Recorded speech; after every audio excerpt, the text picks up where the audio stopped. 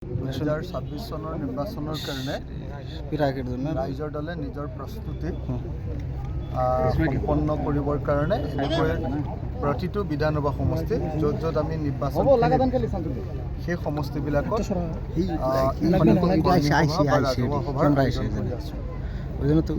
এই মাহৰ ভিতৰতে আমাৰ বিৰোধী ঐক্য মঞ্চৰ আসন ভাগ বিতৰণ সমাপ্ত হ'ব আৰু এই মাহৰ ভিতৰতে যদি আসন ভাগ বিতৰণ আমাৰ সমাপ্ত হৈ যায় তেতিয়াহ'লে যাতে আমি আমাৰ নিজৰ সমষ্টিবিলাকত যাতে ভালকৈ নিৰ্বাচনৰ প্ৰস্তুতি চলাব পাৰোঁ, নিৰ্বাচনী কাম কাজ আগুৱাই লৈ যাব পাৰোঁ, সেইকাৰণে আমি এই মাহৰ ভিতৰত বিৰোধীৰ আসন ভাগ বিতৰাৰ আগতে তাৰ আগত একলানি সভা আয়োজন কৰি আহিছোঁ নিজৰ নিজৰ সমষ্টিবিলাকত যিবিলাকত আমি আসন বিচাৰিছোঁ। ডেফিনেটলি গৌৰীপুৰ বিধানসভা সমষ্টিটোত আচলতে যোৱা 10 বছৰ ধৰি AIDFৰ বিধায়ক আছে আৰু AIDFৰ বিধায়ক থাকি গৌৰীপুৰ সমষ্টিটোক ক'বলৈ গ'লে একেবাৰে অৱহেলিত কৰি পেলালে। ইয়াতে একেবাৰে উন্নয়নৰ বিষয়বিলাক তল পৰিলে আৰু তেওঁলোকে অকল হিন্দু মুছলমানৰ ৰাজনীতি কৰি থাকিলে। তো AIDFে আৰু BJPয়ে হিন্দু মুছলমানৰ ৰাজনীতি কৰি থাকিলে। সেইকাৰণে এইবাৰ আমি গৌৰীপুৰ বিধানসভা সমষ্টিত ডেফিনেটলি ৰাইজৰ দলৰ তৰফৰ পৰা খেলিবৰ কাৰণে আমি কংগ্ৰেছ দলৰ ওচৰত বা বিৰোধী ঐক্য মঞ্চৰ ওচৰত আমি এই সমষ্টিটো বিচাৰি তেখেতসকলৰ ওচৰত ইতিমধ্যে আমাৰ দাবী পত্ৰ প্ৰদান কৰিছোঁ আৰু সেইকাৰণে আজি আমাৰ দলৰ প্ৰথম প্ৰাথমিক প্ৰস্তুতি হিচাপত বহুদিন ধৰিতো মই গৌৰীপুৰ সমষ্টিত লাগিয়ে আছোঁ, কিন্তু এই অঞ্চলটোত অহা নাছিলোঁ।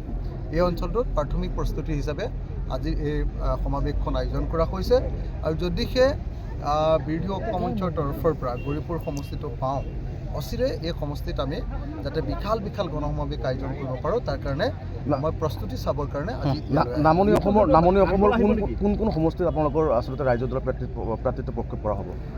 মই আটাইবিলাক কোৱাটো ভাল নহ'ব, মানে মই আটাইবিলাক কোৱাটো ভাল নহ'ব, কিন্তু নামনি অসমৰ মই ধুবুৰী জিলাটো আমি ধুবুৰী জিলা, তাৰপাছত আপোনাৰ গোৱালপাৰা জিলা, তাৰপাছত আপোনাৰ বৰপেটা জিলা, এই জিলাকেইখনত প্ৰত্যেকখন জিলাতে আমি কেইবাটাও সমষ্টি দাবী উত্থাপন কৰিছোঁ। কিছু আলোচনা বিলোচনাও কংগ্ৰেছ দলৰ লগত হৈ আছে। আমি আমাৰ কি কৈছে না আমাৰ বিৰোধী ঐক্য মঞ্চত AIDF বা আজমলক প্ৰৱেশ একদম 100% নিষিদ্ধ আৰু যদি কেনেবাকৈ আজমল আহে তেতিয়াহ'লেতো আমি ৰাইজৰ দল নাই। আৰু কংগ্ৰেছ দলেও ইতিমধ্যে স্পষ্ট কৰি দিছে যে যিকোনো পৰিস্থিতিতে হ'লেও মুছলমান সাম্প্ৰদায়িক দল আজমল আৰু হিন্দু সাম্প্ৰদায়িক দল BJP এই দুটাৰ লগত কেতিয়াও আপোচ আমাৰ নহয়।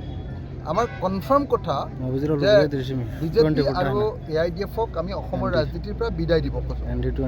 আমি অতি কনফাৰ্ম কথা ক'ব খোজোঁ যে হিমন্ত বিশ্ব শৰ্মা আৰু আজমলক আমি ৰাজনৈতিকভাৱে ব্ৰহ্মপুত্ৰত দলিয়াই দিব খোজোঁ, যাতে আমি সুখে শান্তিৰে অসমীয়া মানুহবিলাকে হিন্দু মুছলমান খ্ৰীষ্টান জৈন বৌদ্ধ শিখ সকলোৱে মিলি যাতে একেলগতে অসমখনত বসবাস কৰিব পাৰোঁ। সকলো জনজাতি সকলো জাতি সকলো জনগোষ্ঠীৰ মানুহে যাতে ঐক্যবদ্ধভাৱে আমি জীয়াই থাকিব পাৰোঁ। সেইকাৰণে আজমল এটা বিষবাস্প অসমৰ কাৰণে আৰু ঠিক তেনেকৈ হিমন্ত বিশ্ব শৰ্মা অসমৰ কাৰণে এটা বিষবাস্প। এই দুইটা বিষৰ পুলি, এই দুইটা বিহুকুটিক আমি অসমৰ সমাজ জীৱনৰ পৰা আমি উভালি পেলাবই লাগিব। আৰু সেইকাৰণে মই আপোনালোকক অতি কনফাৰ্ম কৰি দিছোঁ যে ভৱিষ্যতে আপোনালোকেও আমাক নুসুধিব যে আজমল আমাৰ এলায়েন্সত আহিব নেকি, আহিব নোৱাৰে। আৰু কংগ্ৰেছ দলেও ইতিমধ্যে স্পষ্ট কৰি দিছে যে আজমল বা AIDF আমাৰ হেৰিয়াত আহিব নোৱাৰে। হিন্দু সাম্প্ৰদায়িক দল মৌলবাদী দল BJPক আমি অসমৰ পৰা বিদায় দিব খোজোঁ আৰু মুছলিম সাম্প্ৰদায়িক দল মৌলবাদী দল আমি AIDFকো অসমৰ পৰা বিদায় দিম। ৰাইজৰ দলৰ যি মিত্ৰতাৰ কথা চলি আছে ইয়াত যদি শেষত নহয় তেতিয়াহ'লে কি হ'ব? ৰাইজৰ দলৰ ভূমিকাটো কেনেকুৱা হ'ব আৰু ৰোলটো কেনেকুৱা হ'ব? নাই কংগ্ৰেছ আৰু ৰাইজৰ দলৰ এলায়েন্স হ'বই। আমি বিৰোধী দলবিলাকে এলায়েন্স কৰিবলৈ বদ্ধপৰিকৰ। ঠিক আছে, এই মাহৰ ভিতৰত 31 জানুৱাৰীৰ ভিতৰত আমাৰ এলায়েন্স কমপ্লিট হ'ব।